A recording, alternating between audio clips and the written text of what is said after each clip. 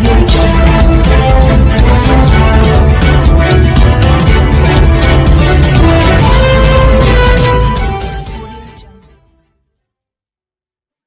చేసిందేమో జగన్మోహన్ రెడ్డి గారు, కానీ అబద్ధ ప్రచారం చేసుకుంటుందేమో పవన్ కళ్యాణ్ గారు, అదేవిధంగా జనసేన పార్టీ ఎమ్మెల్యేలు. ఇంకొక విషయం కూడా చెప్పాలి, 2 ఉద్యోగాలు ఇచ్చామని చెప్తున్నారు వాళ్ళు. 2 ఉద్యోగాలు కాదు ఇచ్చింది, ఒక ఉద్యోగమే ఇచ్చారు. ఒక ఉద్యోగం సుగాలి పార్వతి గారు 2013లోనే ఫిజికల్లీ ఛాలెంజ్డ్ కోటాలో ఇంటర్వ్యూకి అటెండ్ అయ్యి మెడికల్ డిపార్ట్మెంట్లో ఉద్యోగం తెచ్చుకున్నారు. అంటే సుగాలి ప్రీతి ఘటన జరగడానికి 4 సంవత్సరాల ముందే సుగాలి పార్వతి గారికి ఉద్యోగం వచ్చింది. అది కూడా ప్రజల్ని పక్కదారి పట్టించేలాగా వాళ్ళ ఖాతాలో వేసుకొని వక్రీకరించి మాట్లాడుతూ ఉన్నారు. నిన్న న్యాయం చేస్తామని మాట్లాడాలి కదా, ఆ తల్లి పరిహారం కోసం కాదు కదా పోరాటం చేసింది. దోషులను పట్టుకోండి, కఠినంగా శిక్షించండి, నా కూతురికి జరిగినట్టు మరొక ఆడపిల్లకి జరగకూడదు అనేటువంటి పోరాటం చేసింది. అందులో పవన్ కళ్యాణ్ గారు కూడా భాగస్వామ్యం అయ్యారు. మరి ఈ రోజున ఎందుకు ఆ దిశగా ప్రయాణం చేయట్లేదు? సుగాలి ప్రీతి కేసులో దోషుల్ని ఎందుకు పట్టుకోవట్లేదు? పవన్ కళ్యాణ్ గారు నిన్న పక్కదారి పట్టించేలాగా ఎందుకు మాట్లాడుతూ ఉన్నారు? అధికారంలోకి రాకముందు ఒకలాగా, అధికారంలోకి వచ్చాక మరొకలాగా పవన్ కళ్యాణ్ గారు ఎలా మాట్లాడతారు సుగాలి ప్రీతి విషయంలో? మీరు సమాధానం చెప్పండి. మేలు చేసిందే ముమ్మాటికి చట్టానికి మించి జగన్మోహన్ రెడ్డి గారు.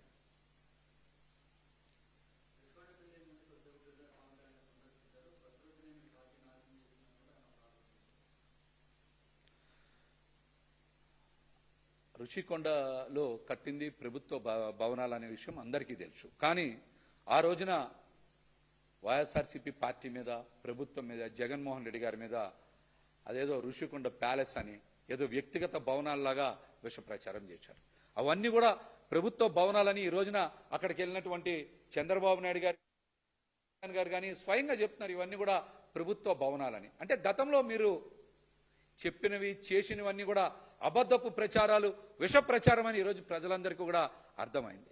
అక్కడ కనుక పర్యావరణం దెబ్బతిని పర్యావరణానికి కోపం వస్తేనే మరి ప్రభుత్వాలు ఇబ్బంది పడి అని మాట్లాడారంటే ఆ విషయం పవన్ కళ్యాణ్ గారు చంద్రబాబు నాయుడు గారిని ఉద్దేశించి మాట్లాడారని నాకైతే అనిపిస్తోంది.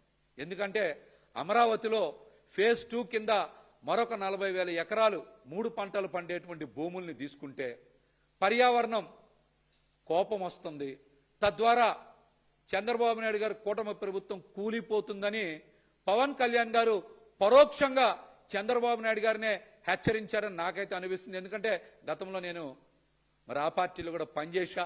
పవన్ కళ్యాణ్ గారితో చాలా అంశాల్లో మరి ఆయనతో పరిషత్ చైర్పర్సన్ గారు, అలాగే జోనల్ ప్రెసిడెంట్స్, అలాగే అన్ని జిల్లాల మహిళా అధ్యక్షులు, అలాగే స్టేట్ కమిటీలో వివిధ పదవుల్లో నియమించబడిన వాళ్ళు, అలాగే మహిళల్లో యాక్టివ్గా ఉండేవాళ్ళు అందరూ కూర్చొని భవిష్యత్ కార్యాచరణ కోసం మాట్లాడుకోవడం జరిగింది. ఎందుకంటే ఈ కూటమి అధికారంలోకి వచ్చి 15 నెలలు అయింది.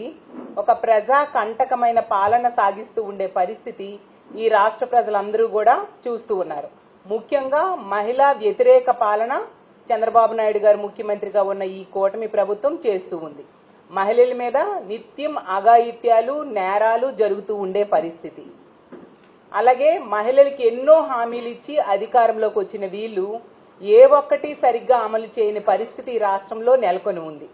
మహిళల మీద ఇన్ని అఘాయిత్యాలు, ఇన్ని దారుణాలు జరుగుతున్నా కూడా మళ్ళీ ఈ కూటమి ప్రభుత్వం ఆ అఘాయిత్యాలకు కారణమైన మద్యాన్ని ఎంతగా ఏరులై పారేట్టుగా చేస్తూ ఉందో ఈ రాష్ట్ర ప్రజలందరూ, ముఖ్యంగా మహిళలు గమనిస్తూ ఉన్నారు.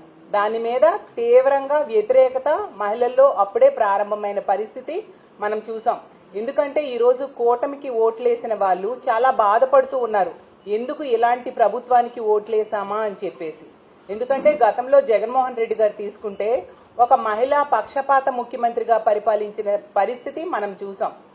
అతను తన 5 ఏళ్ల పాలనలో తీసుకుంటే 3,30,000 కోట్ల రూపాయల అప్పులు చేస్తే ఈ కూటమి అధికారంలోకి వచ్చిన 15 నెలల్లో 2 లక్షల కోట్ల అప్పులు చేయడం జరిగింది. మాట్లాడితే సంపద సృష్టిస్తానని చంద్రబాబు నాయుడు గారు చెప్తారు, చూసేసరికి అప్పులు సృష్టిస్తూ ఉండే పరిస్థితి మనం చూస్తూ ఉన్నాం. ఈరోజు మద్యం ఏరులై పారడమే కాకుండా బెల్ షాప్స్ 70-80 వేల బెల్ షాప్స్ ఈరోజు ఆంధ్రప్రదేశ్ రాష్ట్రంలో కూటమి ప్రభుత్వం అధికారంలోకి వచ్చాక మనకు కనిపిస్తూ ఉన్నాయి. అలాగే మొన్ననే మనం చూసాం కేబినెట్ సమావేశంలో వీళ్ళు పెర్మిట్ రూమ్స్ కూడా 5 లక్షలు కడితే పెర్మిట్ రూమ్స్ ఇచ్చేట్టుగా వీళ్ళు అఫీషియల్ గా పర్మిషన్ ఇవ్వడం కూడా జరిగింది. దీంతో ఈ రోజు మద్యానికి బానిసై మహిళల మీద అఘాయిత్యాలు ఎంత దారుణంగా చేస్తూ ఉన్నారో మన అందరము చూస్తూ ఉన్నాం.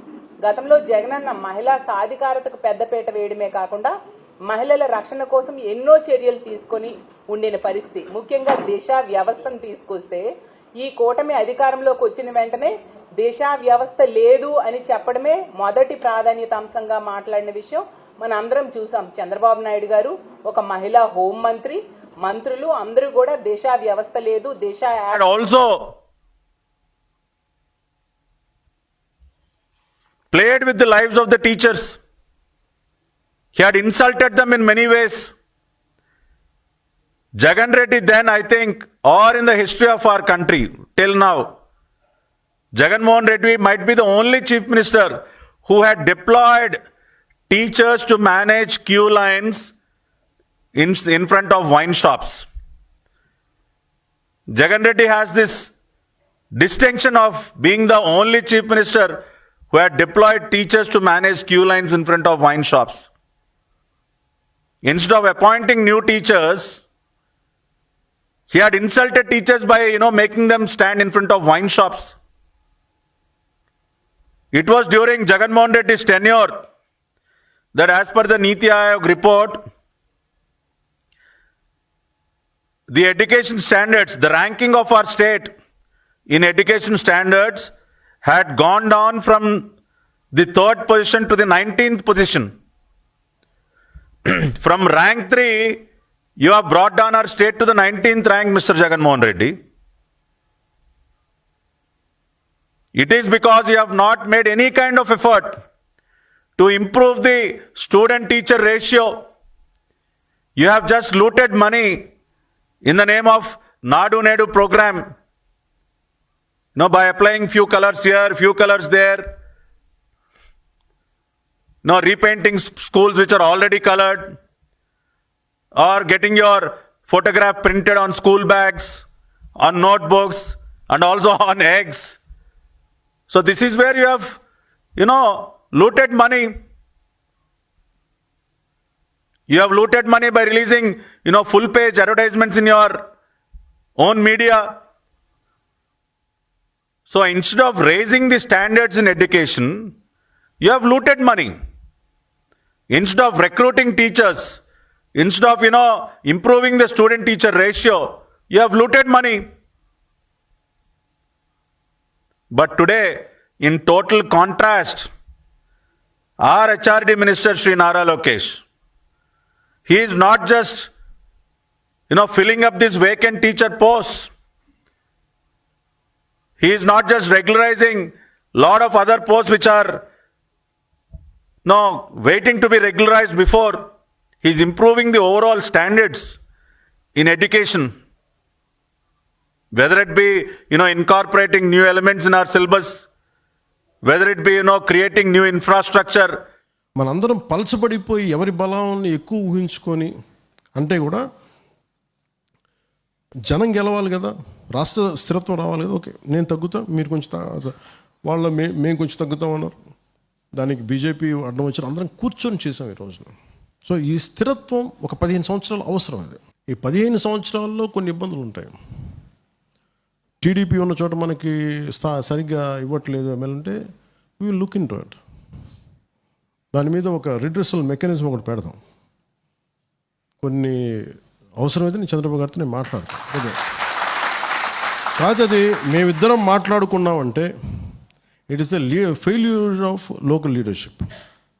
అది జనసేన కావచ్చు, టీడీపీ కావచ్చు, భారతీయ జనతా పార్టీ కావచ్చు. అందుకని ఇది ఈ ఇక్కడున్న నాయకత్వానికి వచ్చింది అంటే అది అక్కడ స్థానికంగా పనిచేస్తుంది. స్టిల్ అది మా బాధ్యత కాబట్టి దాన్ని కరెక్ట్ చేస్తాం. జనసేన పార్టీ నుంచి దీని మీద ఒక రిడ్రెసల్ మెకానిజం.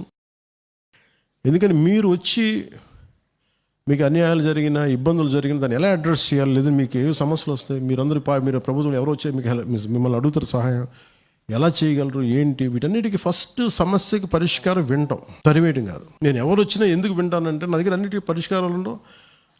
నాకు జనవాణికి 100 కంప్లైంట్లు వస్తుంది.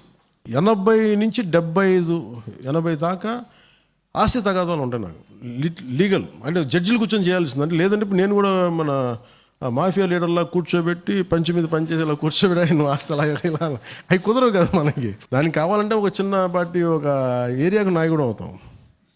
బట్ నేను ఈ స్థానంలో నేను కూర్చోబెట్టి ఎందుకే మీ మేనకోళ్ళకి డబ్బులు ఇవ్వలేదంట, నువ్వు ఆస్తి ఇవ్వలేదంట అంటే ఇట్స్ ఎ పర్సనల్ సెటిల్మెంట్. నేను దానికోసం పార్టీ పెట్టాను.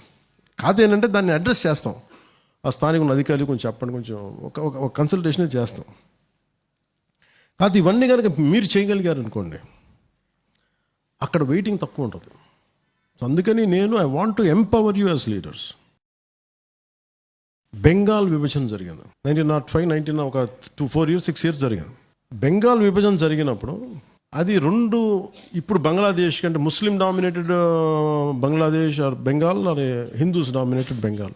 ఇది బ్రిటిష్ వాడు పెట్టింది, మనకు వచ్చిన ఐడియా కాదు, బ్రిటిష్ వాడు పెట్టింది. లార్డ్ కర్జన్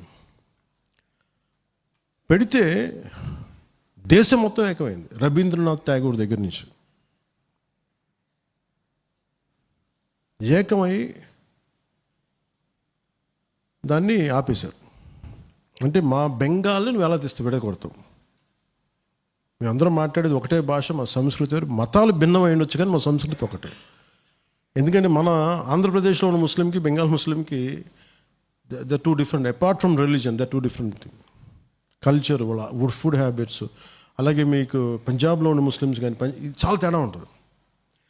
మన దగ్గర ఉన్న పంజాబ్కిను మీకు ఏ మాత్రం చిత్తశుద్ధి ఉన్నా ఈరోజు ప్రజలకు భరోసా కల్పించాల్సిన అవసరం ఉంది. విశాఖపట్నం స్టీల్లో పనిచేస్తున్న వాళ్ళకి భరోసా కల్పించాల్సిన అవసరం ఉంది. మళ్ళీ డిమాండ్ చేస్తున్నాం, ఇవి ఏవైతే ఎక్స్ప్రెషన్ ఆఫ్ ఇంట్రెస్ట్ రిలీజ్ చేశారో దీన్ని వెనక్కి తీసుకోవాల్సిన అవసరం ఉంది.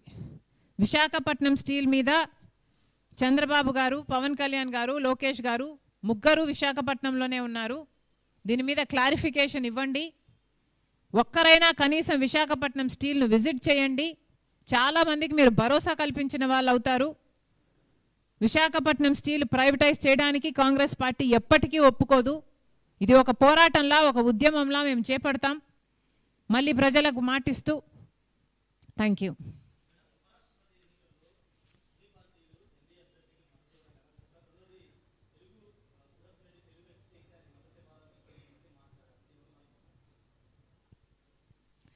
ఇది చాలా ఇంట్రెస్టింగ్ క్వశ్చన్. ఎన్డీఏ అభ్యర్థికే చంద్రబాబు గారైనా, పవన్ కళ్యాణ్ గారైనా, వైసీపీ అయినా అందరూ కలిసి మద్దతు ఇస్తున్నారు. ఒక్కొక్కరి గురించి మాట్లాడదాం. ముఖ్యంగా తెలుగుదేశం పార్టీ ఎన్డీఏ అభ్యర్థికి మద్దతు ఇస్తున్నాం, ఎందుకు ఇవ్వకూడదు, మాది మిత్రపక్షం కదా అంటున్నారు. నిజమే, మీది మిత్రపక్షమే. కానీ తెలుగుదేశం పార్టీ పెట్టిందే తెలుగు ఆత్మగౌరవం కోసం కాదా? మరి ఈరోజు తెలుగువాడు నిలబడి ఉన్నాడు. మరి ఈరోజు తెలుగు జాతి పక్షాన నిలబడాలని మీకు ఎందుకు అనిపించటం లేదు? ఆ రోజు ఎన్టీఆర్ గారు పివి నరసింహారావు గారి కోసం నంద్యాల సీటు వదులుకోలేదా? ఎందుకు వదులుకున్నాడు? ఎందుకంటే ఒక తెలుగువాడు మంచి పదవిలో ఉంటే అది తెలుగు జాతికే ఖ్యాతి అనుకున్నారు కాబట్టే కదా వదులుకోగలిగారు. మరి ఈరోజు తెలుగు తమ్ముళ్ళు, తెలుగుదేశం పార్టీ ఎందుకు అలా ఆలోచించటం లేదు? అంటే ఈరోజు తెలుగు జాతి కంటే బీజేపీ ఖ్యాతే మీకు ముఖ్యమా? తెలుగు ఆత్మగౌరవం కంటే మోడీ ఆత్మగౌరవమే మీకు ముఖ్యమా? ఏం చెప్పాలనుకుంటున్నారు? తెలుగువారి ఆత్మగౌరవం కోసం స్థాపించబడిన తెలుగుదేశం పార్టీ ఈరోజు వైస్ ప్రెసిడెంట్ పోస్ట్కి ఒక నిరుపేద కుటుంబాల నుంచి వచ్చిన వారు ఉంటారు. అక్కడ చూస్తే హైయెస్ట్ డయాబెటీస్ రేట్స్ ఉంది, highest hyper tension, highest cholesterol rates 3 వచ్చినాయి. అక్కడికి వెళ్ళి నేను మాట్లాడితే వాళ్ళు ఒకటే అడిగారు, సార్ బయటికి వెళ్ళి నడవాలని ఒక పార్కులు కూడా లేవు మాకు, బేసిక్ ఇన్ఫ్రాస్ట్రక్చర్ మాకు లేదని వాళ్ళు అడిగితే ఆ రోజే నేను హామీ ఇచ్చా, లేదు మంగళగిరి నియోజకవర్గం మోడల్ నియోజకవర్గాన్ని తీర్చిదిద్దా, 45 పార్కులు కట్టే బాధ్యత మేము తీసుకుంటాం అని చెప్పి దానికి మేము అడిగేశాం. ఎకోసిస్టమ్ క్రియేట్ చేస్తే పెద్దలు అన్నట్టు ఆరోగ్యమే కాదు, అందరం కలిసిమెలిసి కూర్చుని మాట్లాడుకునే అవకాశాలు వస్తాయి. అంటే greater social integration, social harmony ఏర్పడుతుంది. మొన్న మేము సింగపూర్కి వెళ్ళి తిరిగి వచ్చాం. అక్కడ స్పోర్ట్స్ యూనివర్సిటీకి వెళ్ళినప్పుడు కూడా గోపిచంద్ గారు అక్కడ ఉన్నారు, మేము మాట్లాడాం. ఆ దేశంలోనే ఒకటి మెచ్చుకునేది ఏంటంటే సోషల్ హార్మనీ క్రియేట్ చేసేదానికి, అందరు కలిసి ఉండేదానికి అద్భుతంగా ప్రయత్నిస్తారు. అది చాలా చాలా అవసరం. అందరికీ అద్భుతమైన అవకాశాలు కల్పించాల్సిన బాధ్యత ప్రభుత్వాలపైన ఉంది. వేదిక మీద అనేక మంది రాజకీయ నాయకులు ఉన్నారు, ఎమినెంట్ స్పోర్ట్స్ పర్సనాలిటీస్ ఉన్నారు. వాస్తవంగా చెప్పాలంటే I'm a fan of all the sports personalities on this dais. నేను ఎప్పుడైనా వాళ్ళ స్పోర్ట్స్ పేజ్ తిప్పి వాళ్ళు సాధించిన విజయాలు చూసినా, అంటే పోరాడిన విధానం చూసినప్పుడు చాలా గర్వపడతా. ఎస్, తెలుగు వాళ్ళు వచ్చారు, అక్కడ ఉన్నారు అన్న గర్వంగా నేను ఫీల్ అవుతాను. So honest I'm a big fan of all the sports person here on the dais. చాలా మందికి తెలుసు I'm a great supporter as a government and personally as Lokesh. I will go out of the way to personally support all of you and all the youngsters here. But నేను మిమ్మల్ని అందరినీ కోరేది ఒకటే, పట్టుదల మనలో ఉండాలి, ఫైర్ మనలో ఉండాలి. అప్పుడే మనం అనుకుంది మనం సాధించగలుగుతాం. జీవితంలో సక్సెస్ ఈజీగా రాదు, దాని వెనకాల అనేక ఫెయిల్యూర్స్ ఉంటాయి. హంపి గారు ఇప్పుడే మాట్లాడుతూ నేను చెప్పారు, చాలా మంది ఒక దశలో పిల్లలు పుట్టిన తర్వాత రైట్ ఆఫ్ చేస్తారు, లేదంటే ఒక్క ఫెయిల్యూర్ వస్తే ఇంక అయిపోయింది, ఎందుకు నీ వల్ల అవుతులేని చాలా తేలిక తీయేస్తారు. కానీ అది మనం ఎప్పుడు ఆపకూడదు. వాళ్ళకి గుణపాఠం చెప్పాలి అన్న సంకల్పం మనందరిలో ఉండాలని ఈ సభాముఖం మిమ్మల్ని అందరూ కోరుతున్నా. నే సేయర్స్ కి గుణపాఠం మీరు చెప్పాలి.